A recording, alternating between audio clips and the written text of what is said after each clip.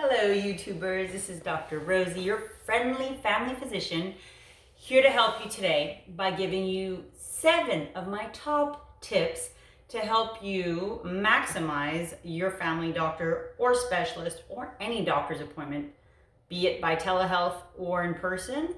These are tips you're going to want to stick in your back pocket to make the most out of your next visit. Now, before we get into these hot tips, and I got my notes, I got my espresso. If you're into my page, if you're here to learn something and you actually enjoy it, please subscribe and share it with someone who you think might enjoy it as well. Because, we're just here to learn, right? The more we know, the more empowered we are. The more empowered we are, the more we can advocate for ourselves. So let's get into it. I've been practicing for a few years and I've had things that, do and don't help appointments go smoothly. And there are things that I absolutely wish patients did or did better in order to maximize our appointments. Here's the truth. For your doctor's appointment, you get about, let's say, 20 minutes with them, whether it be by phone or in person. And that's me being generous. If I need more, I obviously give more, but let's say that's an average of how much time that we have for our patients. Now, if you're not prepared ahead of time, 2 things. 1, you're at a disadvantage as a patient. You're not getting the most out of your appointment. And 2, you're more likely to leave unsatisfied. That's right. If you didn't get your questions answered, your problems fixed, solved, or even investigated, you're going to be frustrated. You're going to be like, why did I just wait weeks, maybe months for this appointment? The point of today's chat video is really to help you make the most out of that appointment and not leave disappointed and not leave feeling like you have questions unanswered. Here we go.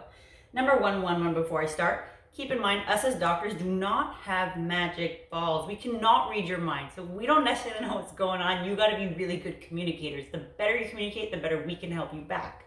We're here to listen. Our job is to be a good listener, but it's also to detect and decipher and play the detective hat. Now, how can you do it? Let's listen up. When you first booked your appointment, there's probably something that's bothering you. There's something that triggered that appointment, that phone call, that online booking, whether it was to renew your prescription, because you have a new symptom, because something's been bothering you for a while, whether it's a headache, depressed mood, missing renewal of your prescription. I don't know, but something's going on and that's what led you to book that appointment. So first and foremost, take note of that problem, okay? Tip number 1, know what you're calling about because we can't guess it and only you know it. Okay, number 1. Number 2, I want you guys to know your problem inside out. Meaning, the more details you have on your issue, the better we can help you. Here's an example. You're complaining about a headache. Now, tell me, is that headache new or old? Is that headache in the morning or at night or throughout the day? Does it start kaboom or does it kind of insidiously progress throughout the day? Does it wake you up at night? Is it worse when you're doing strenuous activities? I don't know. I can go endless with the headache thing, but the point is, know your symptom and know the most you can about it. If you have to take notes when it happens, do so. If you say I've had stomach pains for the past year, it's a little bit vague, but that's okay. If you can figure what the triggers are, what symptoms you have, it will help the flow of the interview by a lot. Number 3, we want you guys to talk. We want you guys to give us the info, but you also need to let us speak as well. Meaning, be prepared, say what you got to say, ask your questions, describe your illness, your symptoms, your whatever.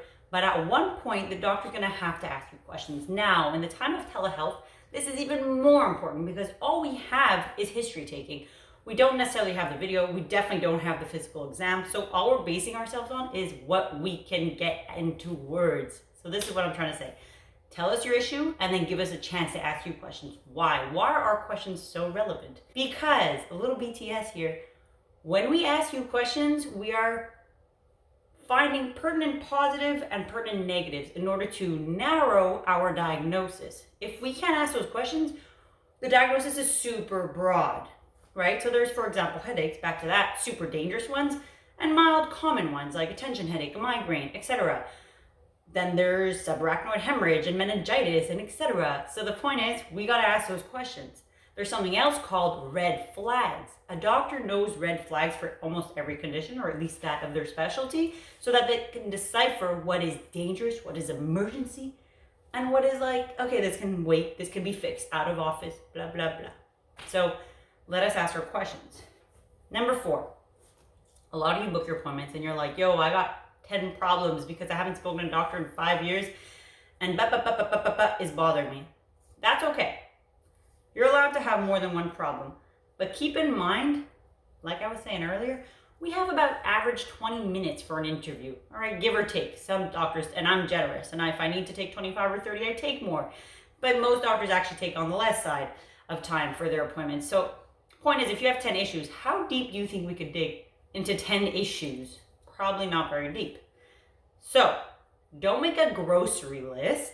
Try to be succinct. Be mindful of the fact that time is of the essence, and if you really want something fixed, prioritize. Which brings me to my next point, number 5, prioritize. So let's say you do have 5 problems, not 10, because it's not realistic to manage in one appointment. Let's get that clear. But you've got 3, for example. Start off the bat, and it is part of the doctor's job also to ask this, but just it'll help if you already know, which is the most important, which is the one top of the mind that you need to be fixed today. You might say, oh, it's that blood test result that I need to know about, or maybe that's the least important, or it's, I don't know, you're feeling depressed and you were having suicidal thoughts. Do not mention that at the end of the interview. Like, that's pretty pertinent, right? So prioritize what's super important, bring it up first, make sure it's dealt with, and let us, bring out the rest. That's number 5. Number 6, please know the medication you're on. If we call you and we're like, what meds are you taking? And you're like, oh, I'm gonna have to call the pharmacy. They might be in my living room. Actually, I left them at my daughter's and I'm not gonna be there till Sunday, so I don't really know what meds I'm taking. Doesn't help us.